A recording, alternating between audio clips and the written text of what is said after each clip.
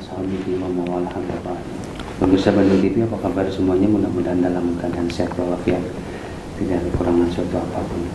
Bagi yang sedang diuji kepayahan, yang sedang diuji sakit, dilanda musibah, insya Allah Allah membereskan semuanya dan mudah-mudahan diberi segala kemudahan dan kekuatan.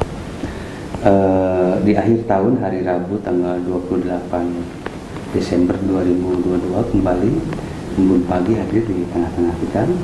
Islam memberi solusi.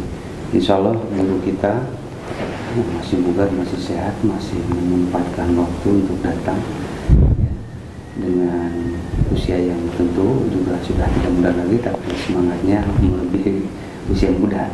Kita mesti luar biasa ya. Kita akan mencoba membahas tema bagian kedua dari Rabu kemarin, yaitu mendekat kepada Allah. Insya Allah kita akan kupas tuntas menjelang akhir tahun ini. Silakan. Ya. Assalamualaikum warahmatullahi wabarakatuh. Alhamdulillah Pak Agung ya. Kita bersyukur pada Allah Subhanahu Wa Taala. Pemirsa Bandung TV, walaupun Cipurial itu tadi 18 derajat. Dingin luar biasa ya. Saya sampai harus pakai jaket terus apa ya, penting lah, sehat lah. Karena dalam Islam itu katanya orang beriman itu faiz bagul wudu pisabroh ya, menyempurnakan wudu di saat udara dingin. Itu katanya ciri keimanan dia.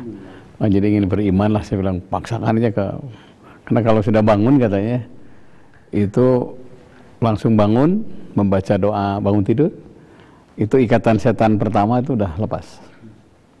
Tapi masih diikat katanya. Pergi wudhu, ikatan setan kedua lepas. Langsung ke masjid berjamaah subuh, ikatan setan ketiga lepas.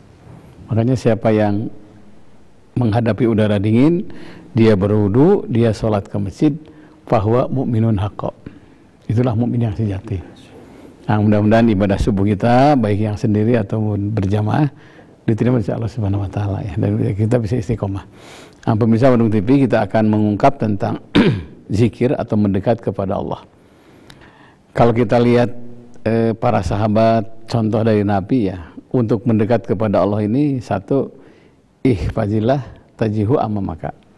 Peliharalah hubungan dengan Allah, pasti Allah akan bersamamu. Jadi peliharalah hubungan kepada Allah, nanti Allah akan bersama kita.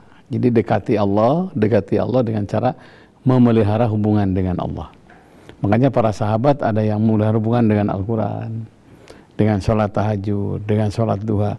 Semakin terpelihara hubungan dengan Allah, maka dipastikan Allah bersamanya. Itu cara pertama. Makanya amal soleh itu katanya, ya Rasulullah, ingin aku punya amal. Dengan amal itu Allah dekat dengan saya. Apa yang mesti kita kerjakan? Kata Nabi, adwa muha wa ingkola.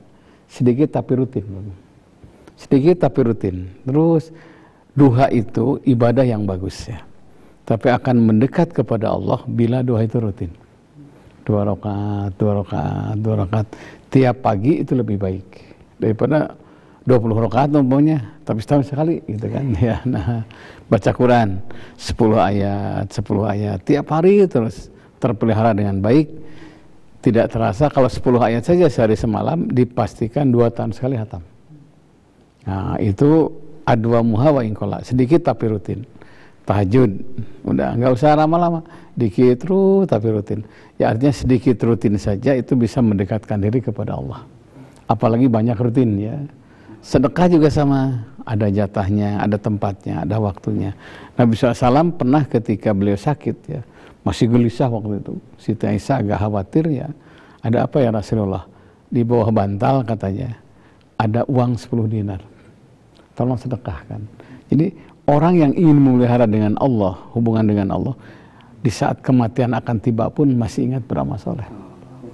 Dan itu ternyata kebiasaan seperti itu akan terus bertahan sampai mengantar kematiannya. Makanya amal terbaik itu katanya lihat di akhir hayatnya. Kalau akhir hayatnya berbuat baik, dipastikan husnul khotimah. Makanya ketika saya pergi kemarin ke Sukalarang ya, mengantarkan sumbangan ke Sumedang, itu satu daerah yang cukup jauh ya, dan mobil pun tidak masuk, pakai motor ke sana. Itu ada beberapa orang yang cerita, Pak Ustadz banyak katanya yang sedang tadarus meninggal dunia, jadi masjidnya roboh gitu kan ya. Terus saya bilang, banyak Pak katanya. Jadi dia rutin habis zuhur itu rutin tidak keluar masjid baca Quran terus. Dan ada beberapa orang yang sudah 3 tahun, sudah 4 tahun. Jadi meninggal dunia dalam keadaan megang Quran dan baca Quran. Itu meninggal yang luar biasa. Kata Nabi, Allah itu kan punya keluarga dari kalangan manusia. Dekatnya seperti suami istri yang baru menikah ya.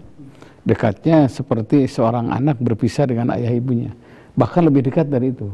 Kata para sahabat, ya Rasulullah, siapa keluarga Allah dari kalangan manusia itu? Kata Nabi, ahlul Quran, ahli-ahli Al-Quran. Mereka mendengarkan Al-Quran, mereka baca Quran, mereka menghafal Quran, mereka menyampaikan Quran. Hum ahlullah, mereka itu keluarga Allah. Wa khassatuhu, bahkan diistimewakan oleh Allah. Nah, makna wa khassatuhu itu adalah bila dia sedang baca Quran, wafat dipastikan wafatnya husnul khotimah. Mungkin beritanya sama ya, ke material, ke timbun tanah, tapi ada kemuliaan. Dipastikan orang yang rutin baca Al-Quran tidak ada sisa kubur. Waman a'rada an dzikri fa innalahu ma'isyatan donka. Siapa yang berpaling dari peringatan Al-Quran akan diberikan kehidupan yang sempit. Nah, kata Ibnu Abbas, makna ma'isyatan donka itu azaban syadidan fil qabri. Jadi siksa yang sangat keras di alam kubur. Tapi orang yang rutin baca Al-Quran, mengamalkan Quran, menghafal Quran, dipastikan tidak ada sisa kubur. Dan ini luar biasa ya buat kita. Yang kedua, pelajaran berharga kalau kita bikin bangunan, apapun bangunan itu ya, rumah, masjid, pesantren, harus hati-hati. Karena ternyata banyak yang roboh itu konstruksinya nggak kuat. Itu yang kadang-kadang besi harusnya 16 jadi 14, 14 jadi 12. Banyak sekolah-sekolah yang roboh karena konstruksinya nggak kuat. Dan ini dosa para pemborong ya. Gitu ya. Gitu ya Pak Agung ya. Jadi pelihara hubungan dengan Allah, pasti Allah akan bersama kita. Ihfazillah tajhidu amamaka. Pelihara hubungan dengan Allah, pasti Allah akan bersama kita. Iya. Dan yang kita cari itu padahal ya di end of the time itu husnul khotimah itu. Selama perjalanan kalau di ujungnya memang ya mudah-mudahan kita semua termasuk dalam golongan orang-orang yang diwafatkan dalam keadaan husnul khotimah. Baik, pemirsa di rumah nih semakin menghangat, nanti kita akan coba lagi bahas setelah melihat beberapa pesan berikut ini. Silakan.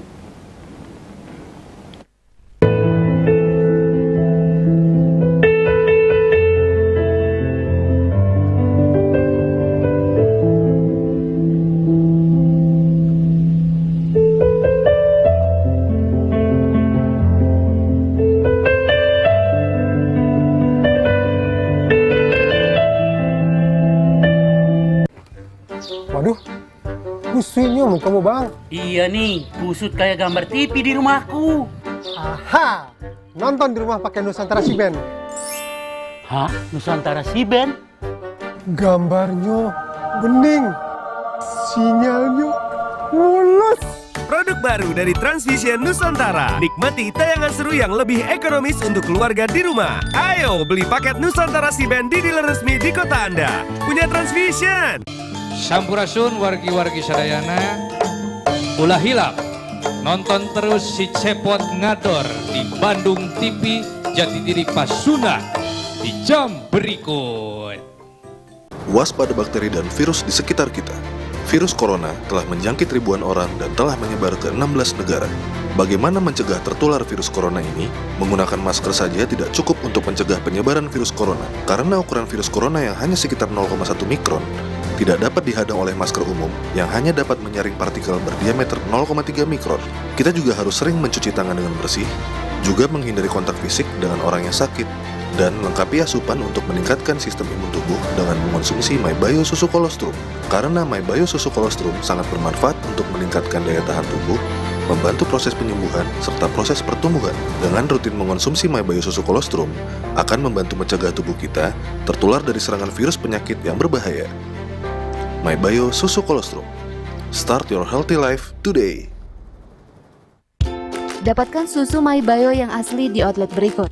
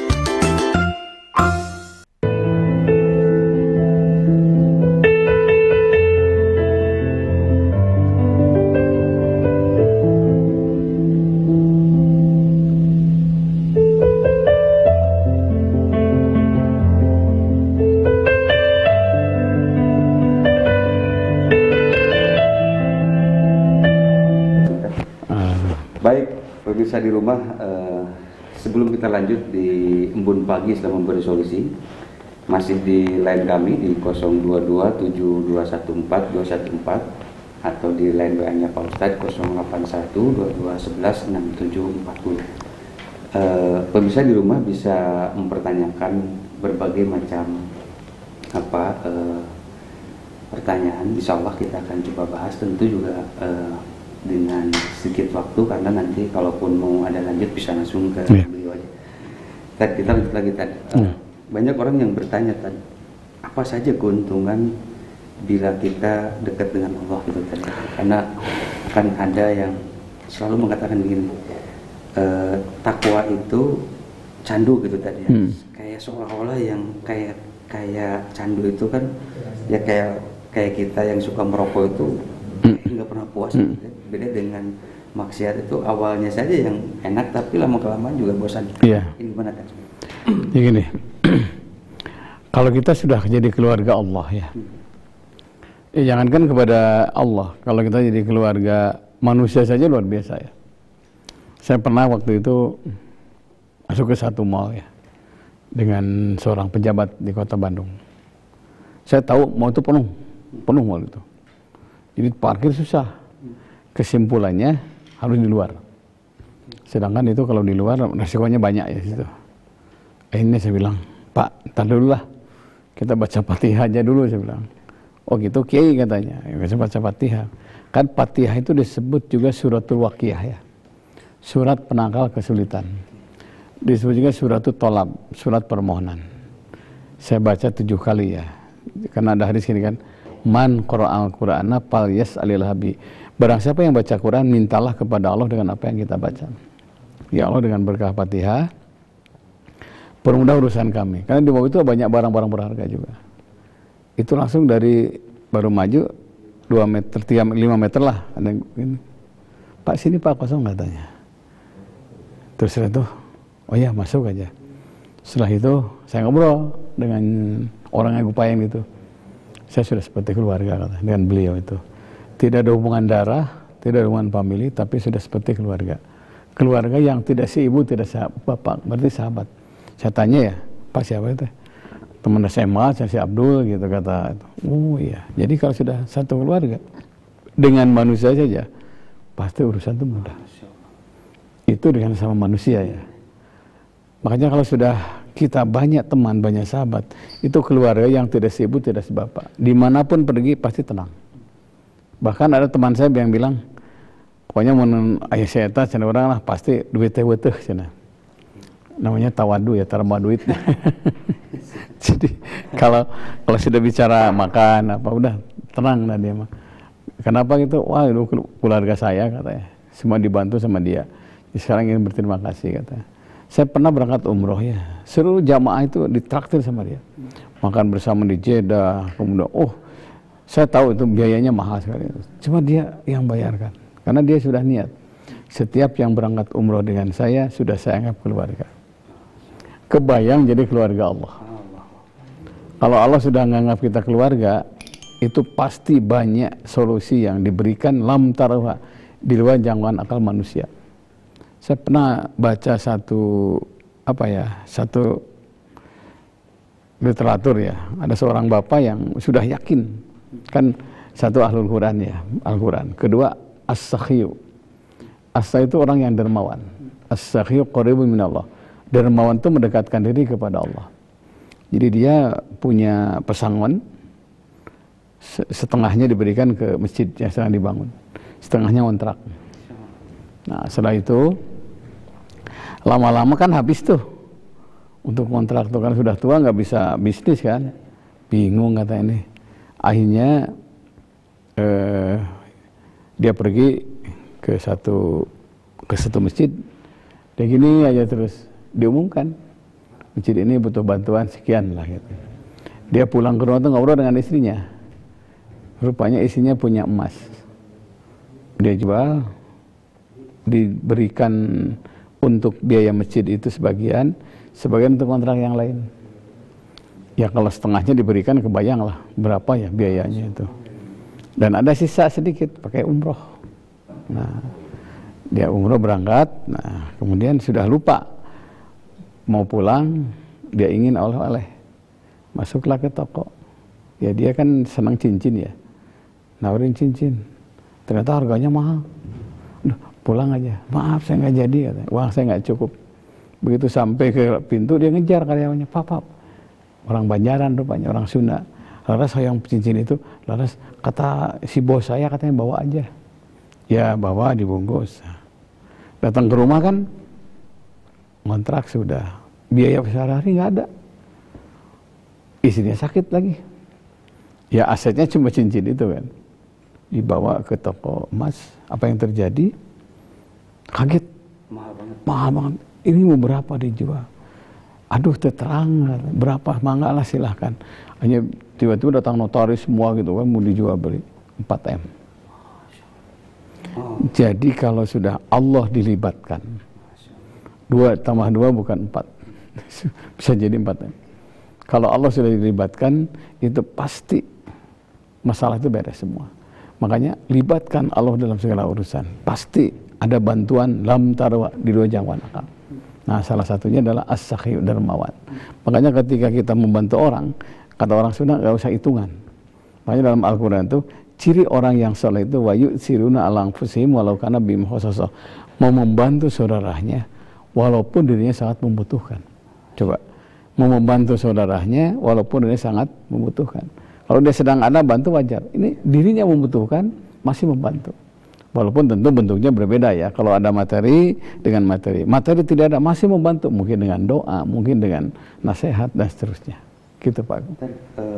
Tentu yang tadi Ustadz ceritakan, artinya beliau ini sebelumnya juga pasti banyak melakukan amalan-amalan yang tentu juga kita juga tidak ini tadi tidak ini banget, karena ada jangan sampai kita juga terjebak dalam artian ini kan banyak orang yang segala ininya tiba-tiba mengcopy paste langsung apa dia ada sebelum yang lain-lain, jadi ya pengalaman ada ustadz yang tertentu malah jadi ternyata malah jadi balik itu tadi. Tapi tentu pemirsa di rumah ini bisa harus menyesuaikan dengan kondisi tertentu yang lain-lain, dalam artian tidak ini tadi coba tadi gimana? Tidak membabi buta ya. Nah, dalam Quran itu gini, wala taj'al yadaka maghlullah ila unuki. Jangan kau sembunyikan tanganmu di pundakmu. Jadi jangan terlalu kikir. Wala tabsutha kullal basti. Jangan kau juga ulurkan sampai habis. Jadi sedekah itu ada aturannya, itu Al-Isra 29 ya. Makanya si bapak bilang setengahnya katanya. Karena untuk kebutuhan saya dengan ini cukup setengahnya. Tidak boleh semuanya. Makanya kalau kita tidak mampu jangan sok mampu gitu ya. Kalau kita nggak punya jangan sok kaya gitu ya. Makanya jangan sampai telan bulat-bulat ya. Karena sedekah itu tidak boleh mengganggu kebutuhan pokok. Infak tidak boleh mengganggu kebutuhan pokok, karena diberikan kepada istri 1 dinar, diberikan kepada anak yatim 1 dinar, pahalanya lebih banyak diberikan kepada istri. Karena istri itu kan amanah yang dekat dengan kita ya, dan orang lain yang memikirkan anak yatim masih banyak. Yang memikirkan istri kita kan cuma kita ya gitu ya. Nah karena itu jangan babi buta. Saya pernah dengar, Ustaz saya sedekah 1 rumah, terus gimana Bu? Sekarang saya ngontrak, kehidupan saya jadi rusak. Saya bilang kenapa? Saya dengar satu ustadz, kalau ingin dekat dengan Allah, sedekahkan rumahnya, jual katanya. Ya untuk ustadz itu dijual 1, rumahnya ada 6 ya. Betul, itu maksudnya. Nah jangan sampai makom ini disalahgunakan. Ya, orang itu makomnya berbeda. Jangan sampai kita membahas sedekah dengan materi depan orang-orang yang tidak punya. Maka sedekahlah dengan apa? Qaulun ma'rufun, bicara yang baik. Nah bersedekahlah dengan apa? Dengan kata-kata yang baik, dengan sopan, dengan santun, tidak identik dengan materi. Nah, untuk ini pemirsa Bandung TV, Islam itu selamat dan menyelamatkan. Jangan bersihkan langit sementara bumi masih kotor. Artinya apa? Kita terus saja membantu orang lain sementara kewajiban anak, kewajiban kepada istri terbengkalai. Tidak seperti itu. Ada juga ya yang mengalami seperti ini gitu. Katanya dia ke orang lain baik, tapi keluarga sendiri malah jadi ini. Jadi selalu menjadi ada hal yang menjadi tanda kutip bagi kita, harusnya orang terdekat dulu tadi. Iya. Jadi gini, Orang terdekat, orang terdekat, orang terdekat. Kalau Al-Quran begitu. Karena yang diberikan orang yang terdekat pahalanya 2 kali lipat. Orang lain 1 kali lipat. Cuma untuk pemberian ya dalam Quran itu yang pertama orang fakir. Siapa orang fakir itu? Yang uhsiru fisabilillah, yang terbelenggu di jalan Allah. La yastati'una dzurban fil ard, dia tidak ada waktu di muka bumi untuk cari nafkah. Dia tidak ada waktu dagang, untuk tani, untuk jadi pegawai. Kenapa? Kalau dia dagang, tani, cari nafkah, siapa yang mikirkan agama?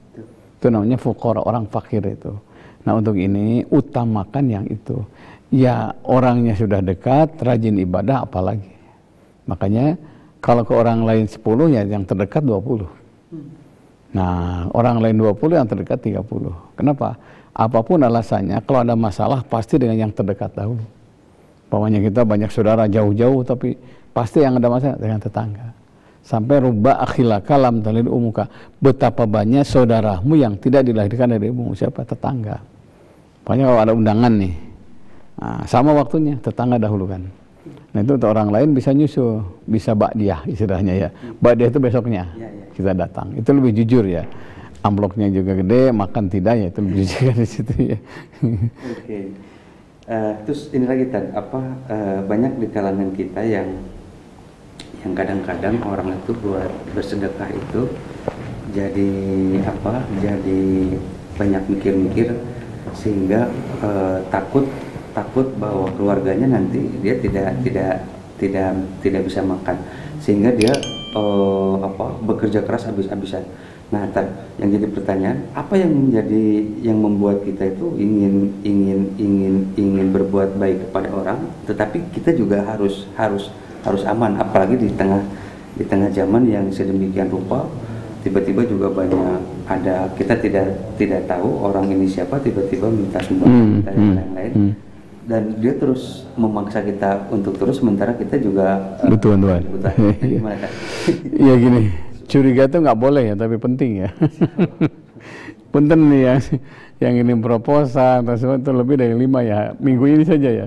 Saya udah bilang saya lagi sakit, gini-gini nggak bisa keluar, masih aja terus. Tapi ya kita hargai usahanya ya, usahanya. Jadi gini, ada yang disebut dengan al-asriyah ya. Al-asriyah itu memanage waktu dengan baik. Kapan selaku warga yang baik ada waktu khusus. Kapan kita selaku donatur yang baik ada waktu khusus.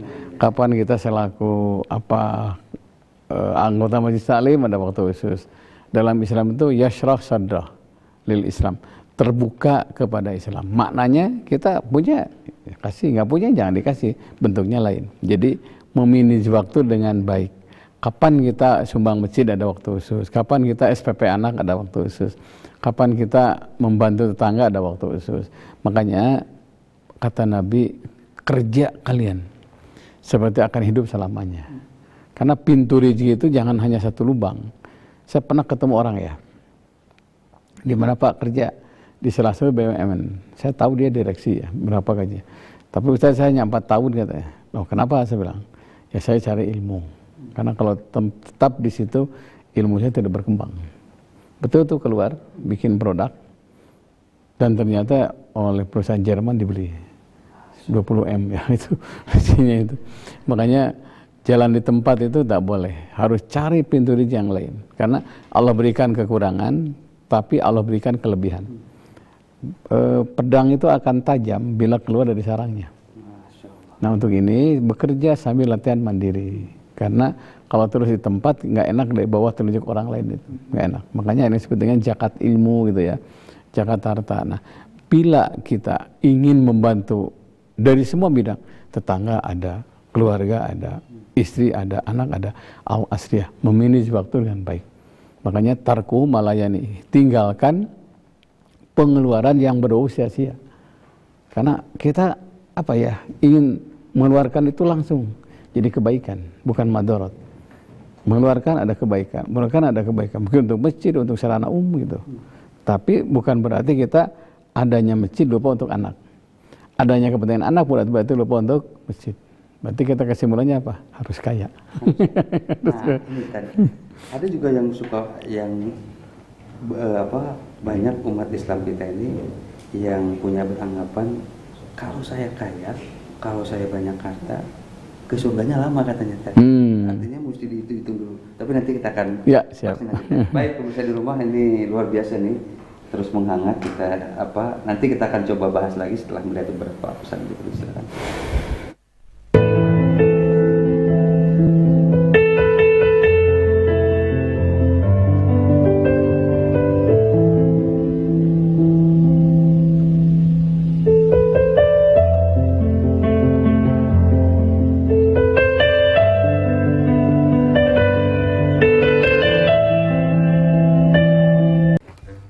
Waduh, kusutnya mau kamu bang. Iya nih, kusut kayak gambar TV di rumahku.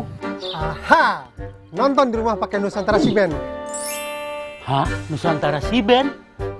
Gambarnya bening, sinyalnya mulus.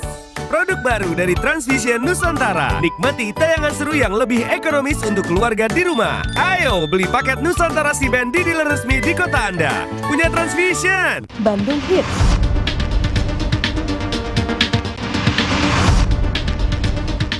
Informasi seputar musik terbaru dan penampilan terbaik dari berbagai band dan musisi di kota Bandung.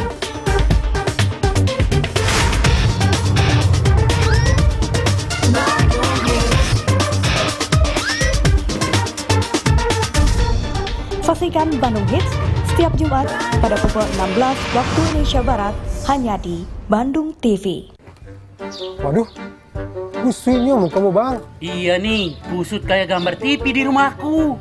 Aha, nonton di rumah pakai Nusantara Si Band. Hah? Nusantara Si Band? Gambarnya bening, sinyalnya mulus. Produk baru dari Transvision Nusantara. Nikmati tayangan seru yang lebih ekonomis untuk keluarga di rumah. Ayo beli paket Nusantara Si Band di dealer resmi di kota Anda. Punya Transvision.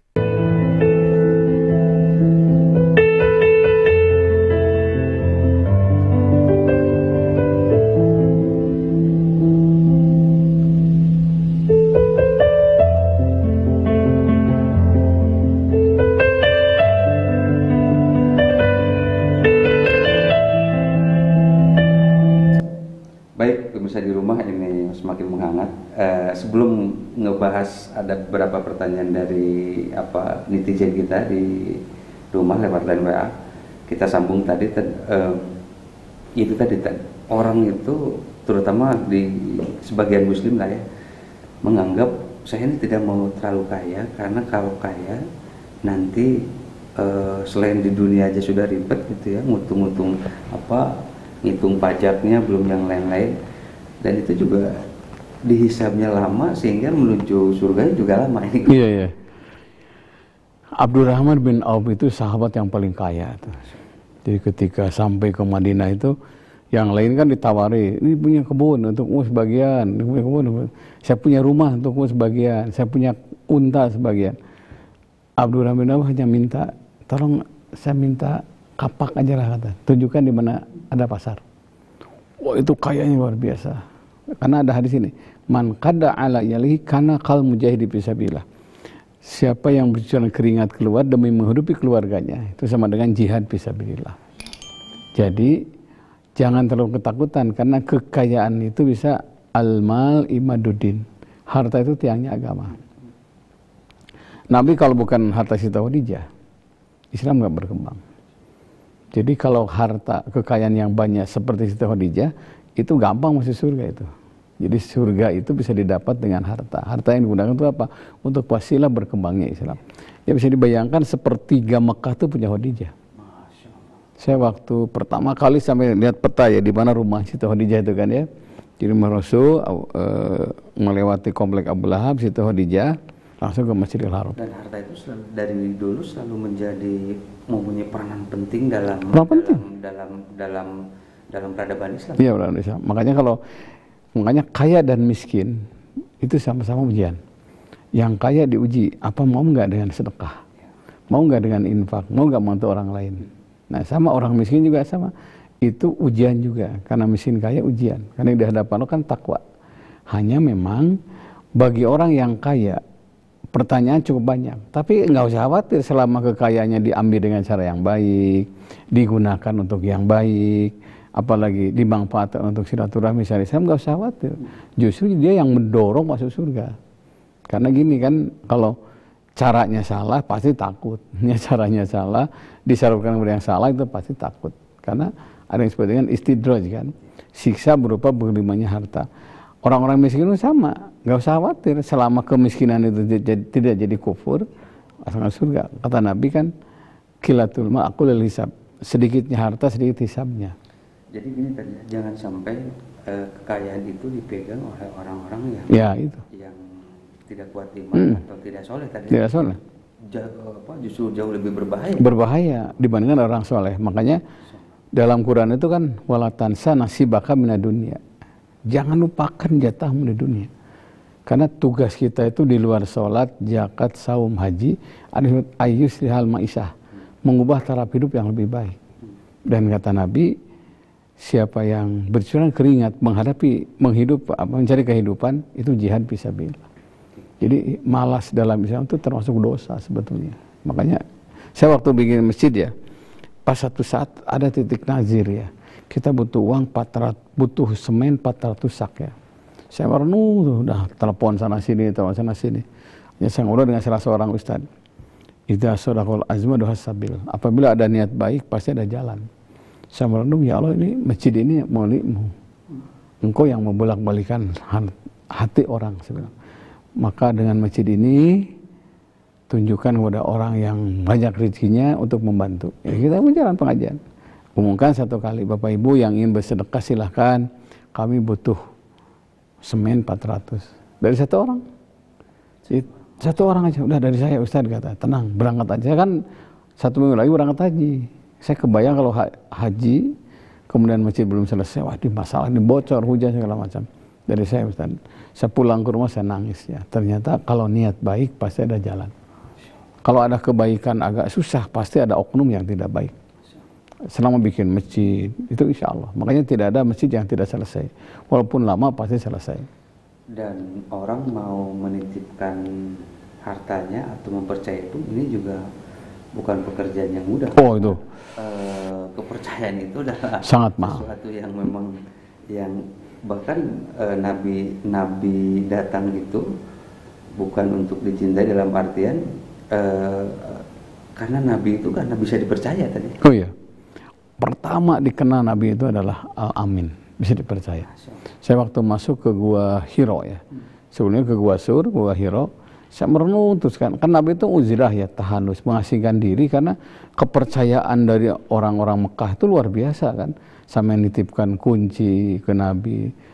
Saya waktu masuk ke Bukit Ziyad ya, jadi untuk berbohong ya, untuk berbohong. Iya, di Jabal Qubais itu tempat Ibrahim menggunakan haji, itu di bawahnya Bukit Ziyad, sekarang jadi istana raja. Nabi itu ngembala kambing di situ, dan setiap kambing yang dititipkan kepada Nabi itu gemuk, karena Nabi itu kalau mau makan diperiksa dulu kambing yang diangon itu, yang gembala itu, baru makan. Karena ini namanya jatah kambing dimakan ya. Jadi ujungnya sampai dititipkan kambing, semua dapat gelar Al-Amin. Tapi Rasul kan bingung, ini mau dibawa kemana nih orang ini?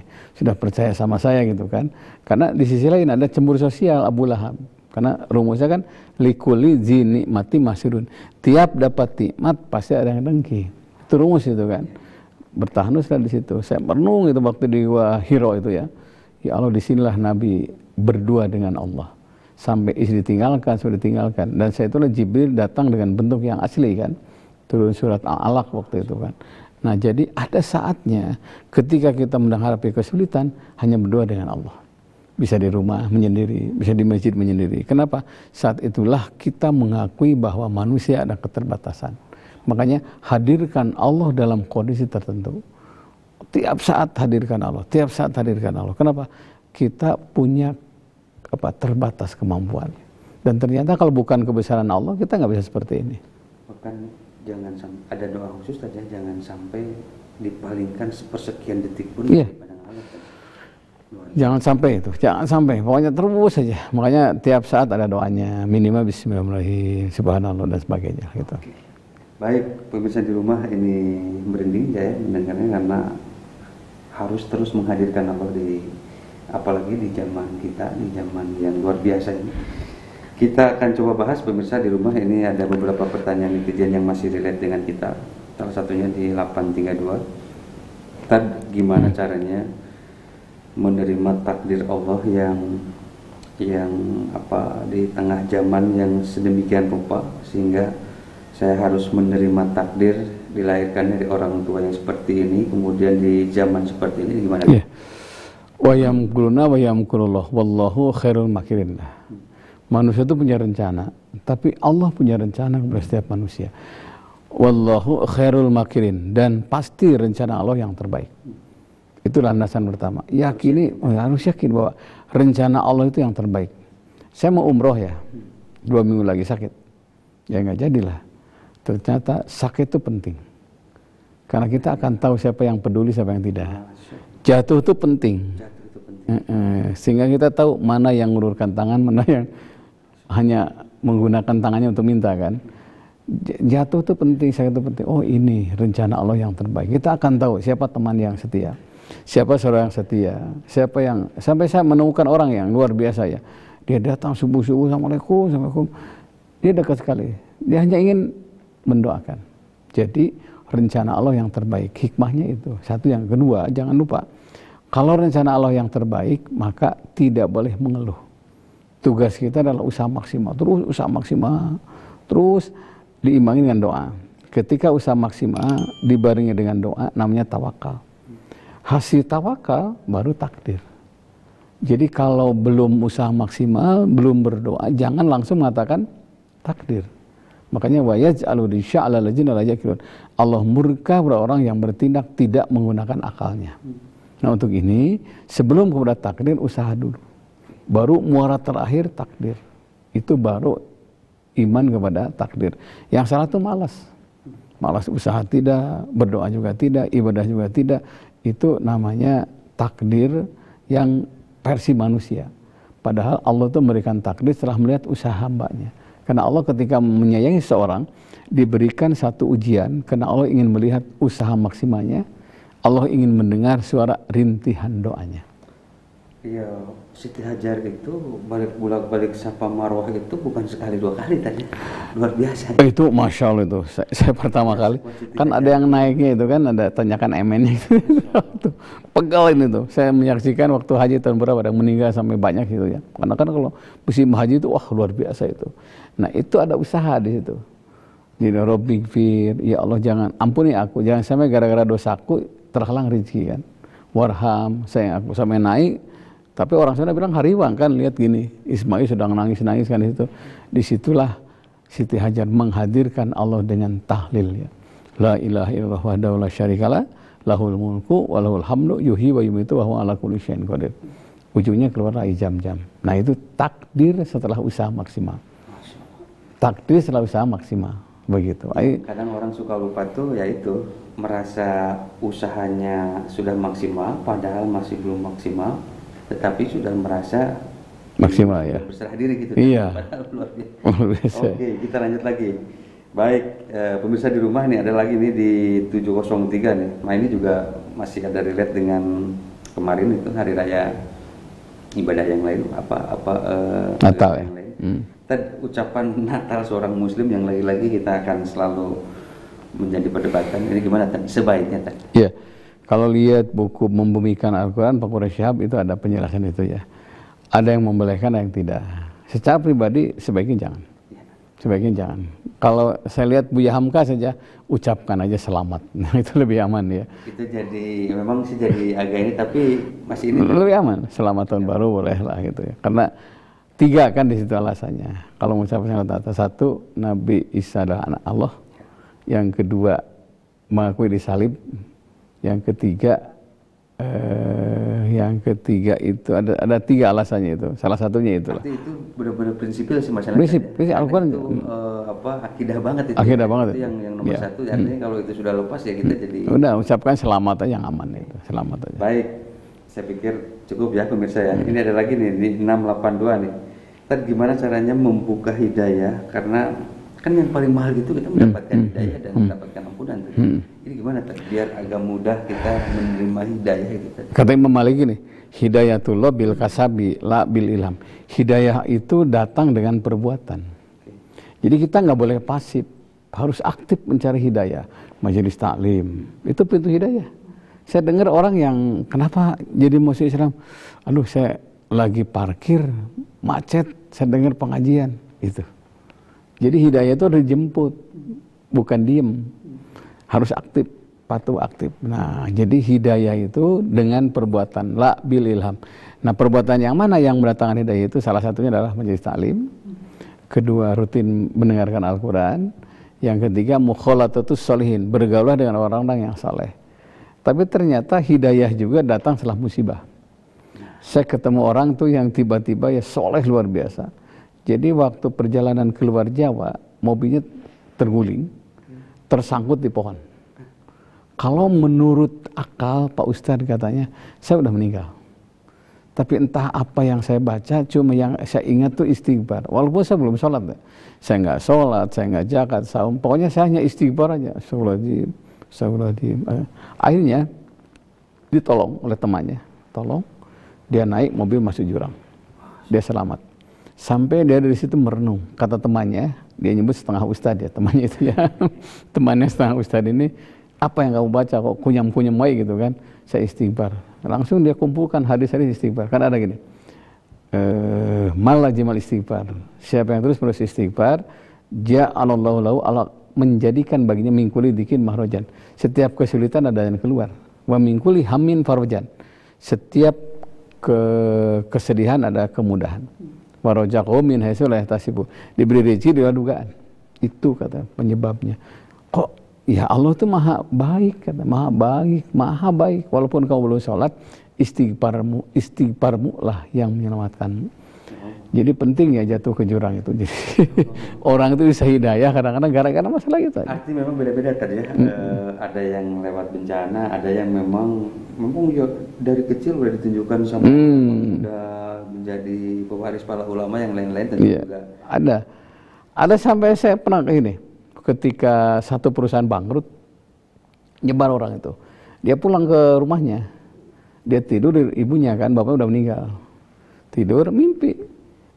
Mana sarung yang bapak berikan katanya. Rupanya dia sudah 20 tahun lah nggak sholat, nggak ke masjid apa ya. Langsung dia nangis, langsung dia sholat, berangkat haji dengan saya. Kadang-kadang hidayah itu melalui mimpi. Tapi sekali lagi, kalau tidak pergi ke ibunya mungkin tidak dapat hidayah. Makanya untuk dapat hidayah itu harus aktif, mencari berbagai kebaikan. Pintu hidayah sangat banyak, sebanyak napas makhluknya. Tentu juga selain itu juga pasti yang paling utama berbuat baik. Iya. Pasti membuka banget. Lagu sebelum kita iklan ada satu lagi ini. Nah ini 612 tadi. Saya mau nikah tapi tidak diizinkan oleh anak katanya. Nah ini gimana Tad? Apakah memang harus ada persetujuan secara kepada anak dulu atau kadang-kadang ini gimana sih Tad? Iya. Jadi kalau sudah nikah itu bukan saya tapi kami.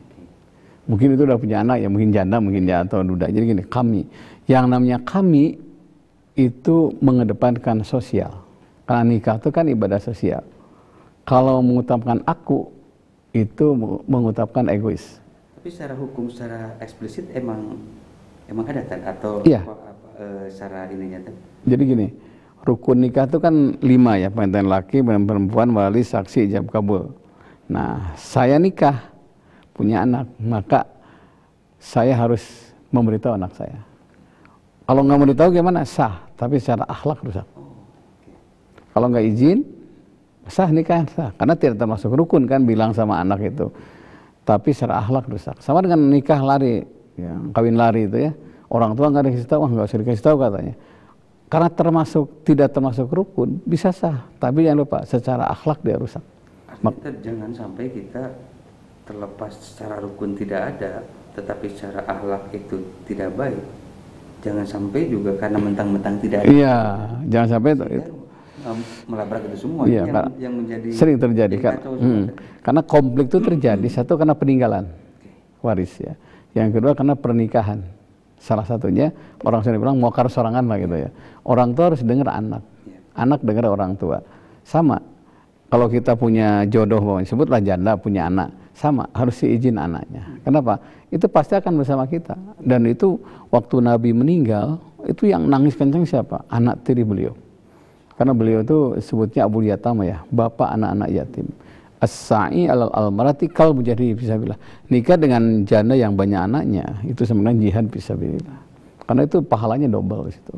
Jangan sampai ada kesan ibu tiri, bapak tiri itu tidak baik. Buktikan bahwa kita mencintai ibunya, mencintai bapaknya juga seperangkatnya. Ya anaknya, mertuanya semua. Makanya nikah itu kami. Pertemuan dua keluarga besar, bukan pertemuan dua orang. Nah, karena pertemuan dua keluarga besar, maka siap punya bapak dua, punya ibu dua. Kalau jodoh itu kan jorok ya, punya anak juga bertambah, anak sambung.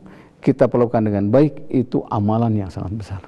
Ya tentu sebelum menuju proses ke sana harus ada ta'aruf ya namanya. Ta'aruf sama apa membesarkan hati untuk menerima segala semuanya. Baik pemirsa di rumah, lanjut lagi, masih ada satu segmen ke depan dan juga masih ada beberapa pertanyaan. Kita akan lanjut lagi setelah melihat beberapa pesan potensial.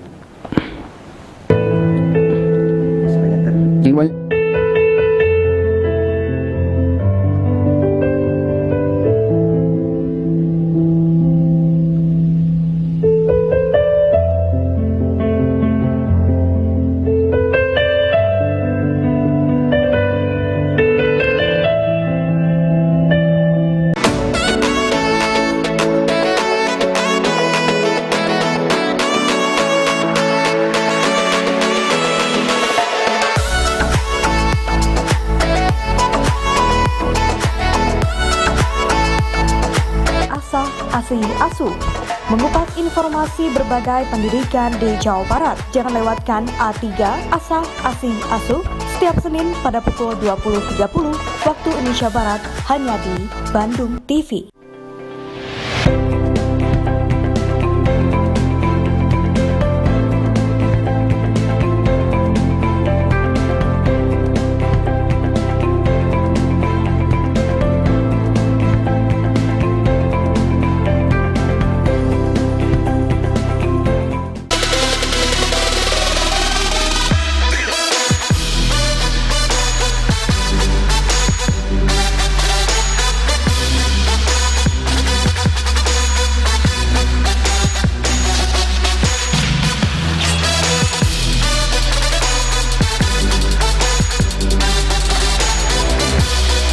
Saksikan Sport Arena setiap hari Selasa jam 20.00 waktu Indonesia Barat hanya di Bandung TV.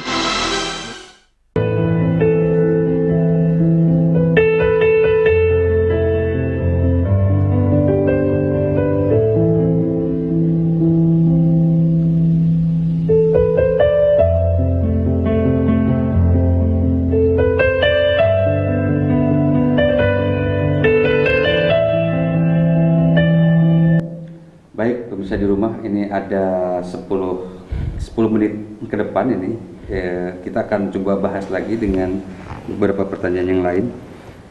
Ada di 184 gimana caranya jarak pembagian antara warisan dengan kematian tadi. Ya, jadi gini, ini mohon maaf nih bila tidak waktunya tidak cukup ya mungkin dijawab dulu ini. Banyak sekali pertanyaan nih yang melalui ya.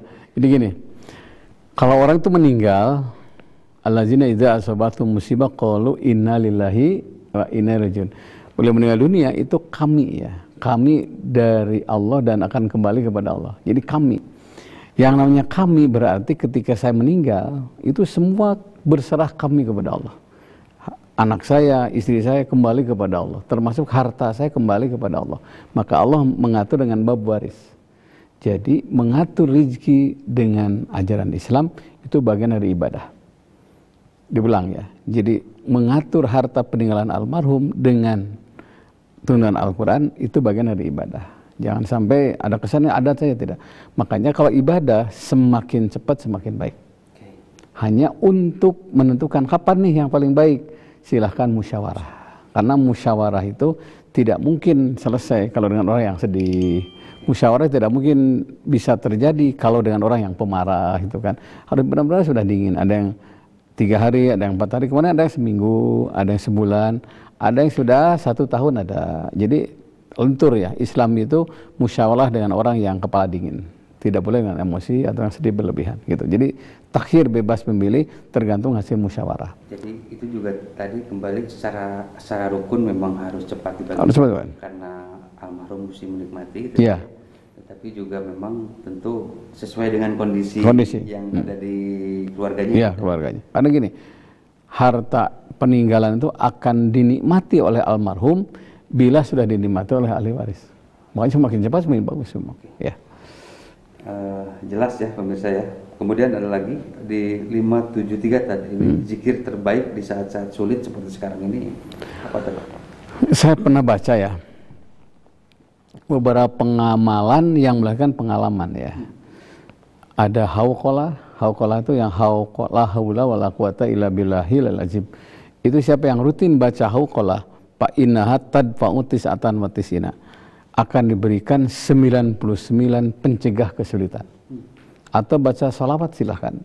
Sallallahu ala Muhammad sallallahu. Siapa yang baca salawat sallallahu Muhammad akan diberikan 70 pintu rahmat. Atau baca tasbih silahkan. Atau baca istighfar. Atau doa Nabi Yunus kalau dalam Al-Quran. Al-Anbiya 87.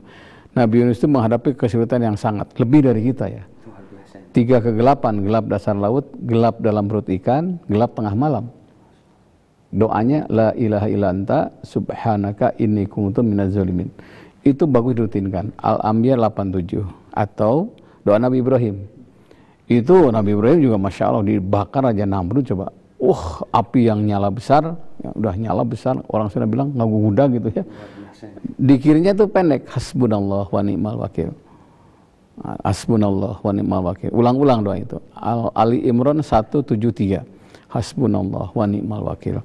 Atau zikir yang lain silahkan. Yang jelas bisa dipilih hauqalah bisa, tahlil bisa, doa Nabi Yunus bisa, atau doa Nabi Ibrahim.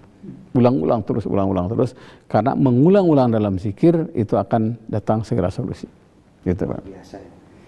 Ya pokoknya jangan merasa paling sulit sendiri deh ya. Karena memang ada yang lebih sulit dibandingkan kita ya, betul. Luar biasa. Lagi kemudian tadi ini di 926 di 931. Nah, ini juga ada Asmaul Husna yang ini kadang-kadang ada selalu yang menanyakan ini boleh dinyanyikan atau tidak, atau sebenarnya itu gimana? Jadi gini, ada hadis ini, inna minasyi'ri hikmah. Dalam syair itu ada hikmah. Jadi Nabi SAW ketika sampai ke Madinah ada monumen disambut dengan nyanyian Tola al-Badru dan lain-lain. Nabi mengatakan inna minasyi'ri hikmah. Dalam syair itu ada pendidikan, ada pelajaran. Dan Al-Quran dulu nggak ada lagunya, lempeng aja murotal gitu. Nah belakangan ini ada 7 lagu. Begitupun azan, begitupun salawat. Makanya dinyanyikan boleh silahkan. Itu bagian dari syiar. Karena syiar itu dari syair. Terlalu banyak orang yang hafal Asmaul Husna setelah dinyanyikan. Ya Allah, ya Rahman. Di lempengan mah hese hafal. Begitu dinyanyikan, itu metode saja itu. Sama dengan salawat. Ada salawat syair yang dinyanyikan, ada salawat syar'i. Dua-duanya boleh. Silahkan ya, daripada nyanyi itu para ruku. Sangat bijaksana sekali. Lagi tadi ini ini tadi di 461 tadi katanya ini ingin mempertanyakan pintu-pintu rezeki ya tadi. Nah ini saya lagi baca buku ya, duha pembuka rezeki ya, itu baru setengahnya ya. Jadi ternyata ada hadis ini, inna salata ya'tika birizki min haitsu la tahtasibu. Sesungguhnya salat itu akan mendatangkan rezeki di luar dugaan. Tentu rezeki bagaimana luas ya. Nah, salat di situ adalah salat berjamaah. Silahkanlah dirasakan. Ada kawan saya sudah baru 40 hari salat berjamaah. Duhur, asar, maghrib, bisa subuh, karasa. Baru 40 hari. Gimana kalau udah tahunan? Ya, tahunan itu ya. Makanya kenapa Nabi ketika ditanya ya oleh sahabat, ditawari, nih ya Rasulullah, saya bikin rumah untuk engkau. Istirahatlah, duduk manis saja. Kami sudah terlalu banyak hutang kepadamu. Sudah terlalu banyak kebaikanmu kepadaku. Nabi mengatakan, jangan. Saya khawatir rumah yang mewah menjauhi masjid. Makanya Nabi nempel di masjid demi apa? Salat berjamaah. Jadi kalau ingin dapat rezeki, silahkan coba. 40 hari umpamanya ya, berjamaah sholat silahkan. 40 hari terlalu lama, boleh 1 minggu. Pura-pura soleh lah, sok cobaan ya. Nah yang kedua, jangan lupa, pintu rezeki itu apa? Birrul walidain. Berbuat baik sama orang tua. apapun bentuknya berbuat baik sama orang tua itu pintu rezeki.